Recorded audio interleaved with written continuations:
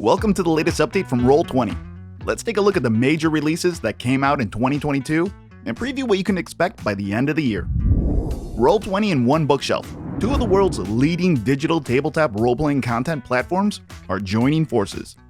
This change forges an alliance of industry experience in the TTRPG space, fusing more than a century of combined executive leadership with publisher and community relationships to create the best tabletop platform experience. Next year, we'll make your drive-thru RPG PDF library accessible within the Roll20 virtual tabletop experience. And it won't count towards your Roll20 storage quota.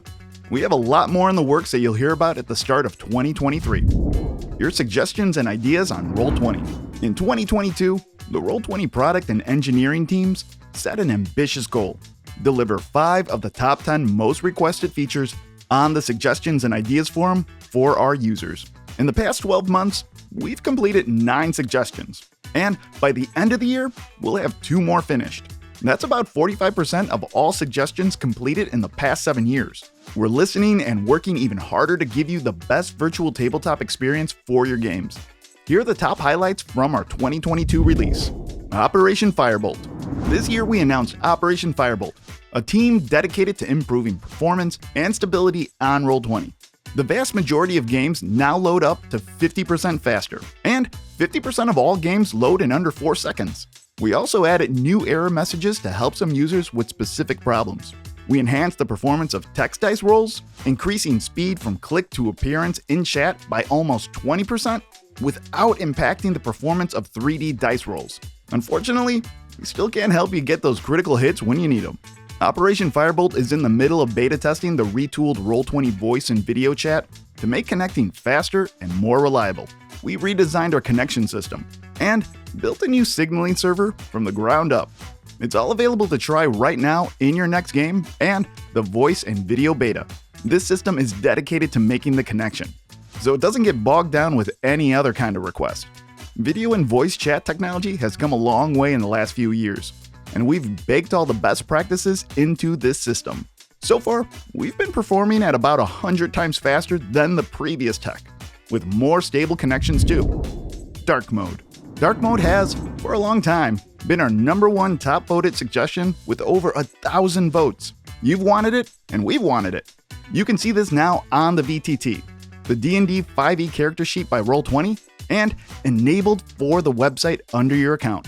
One-way and transparent barriers. One-way barriers block light and vision from one side of the line and let it pass through the other side, letting players see an object while blocking vision beyond. Transparent barriers block movement, but not sight, so you can use them for windows, for magic walls, or for force fields. Token updates. We've added more control over your tokens on the virtual tabletop. GMs can lock a token in place on any layer and have the option to show token nameplates and bar overlay on hover. We also put tokens in the hands of players by adding the ability for anyone to work artwork from their art library to their tokens and portraits. PDFs on the VTT. PDFs can now be fully shared on the virtual tabletop, one of Roll20's largest platform updates for 2022. You can directly upload and drag and drop your PDFs to the VTT when you're a GM in a game. GMs can search, navigate, and show handouts from the journal. And you can add PDFs to multiple games, chat, and compendiums. GMs have greater control over the virtual tabletop chat. If they made an accidental roll or whisper, they can choose to hide the line of chat. This also hides it from the chat archive. Users who have compendiums shared with them can read them outside the virtual tabletop. They'll appear under My Library, and the adventure itself is hidden to avoid spoilers. Dynamic bundles. You can save more on the Roll20 marketplace when you buy in bundles. And now, if you own one or more items in the bundle, you get the rest at the discounted price. It's a great way to complete your collection. Companion app updates. The mobile companion app has added some more features for Roll20 players. We've added a standalone dice roller and the free version of D&D 5e called the SRD, so you can search and use the compendium while you're out playing. Your 5e compendiums are available too, giving you even more power at your fingertips. Don't forget that the app is free for players to download from the Apple Store and Google Play. Character sheets. Roll20 has worked with publishers to create top-tier character sheets and compendiums for your game. New Roll20 character sheets this year were made for Cyberpunk Red, Fallout, Power Rangers, Marvel Multiverse RPG, Zweihander, and Coyote and Crow. We made significant updates to Vampire the Masquerade, the D&D 5e character sheet to allow dark mode, and we created a ship sheet specifically for Spelljammer. We also updated our compendiums for D&D's recently released Mordenkainen Presents Monsters of the Multiverse. Did you know that there are over 1,000 character sheets on Roll20 and 1,200 community sheet creators? They make your games possible by investing their time and expertise to build out their favorite RPGs. Thank you, creators. Now, we have a bit of time left in the year, so we're focusing on a few more projects.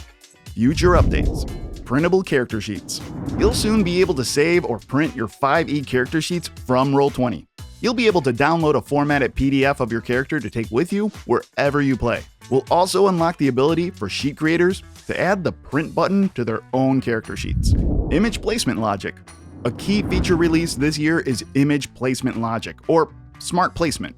When you add a new map or token to your art library, you can set the dimensions for that image so it always goes onto the VTT at the correct size. If you're placing a map, the VTT will suggest the image size and size of the page and automatically set it for you. That's a wrap for 2022, but there's a lot more in store for you from Roll20 in the next year. We'll be back in January with our plans for 2023.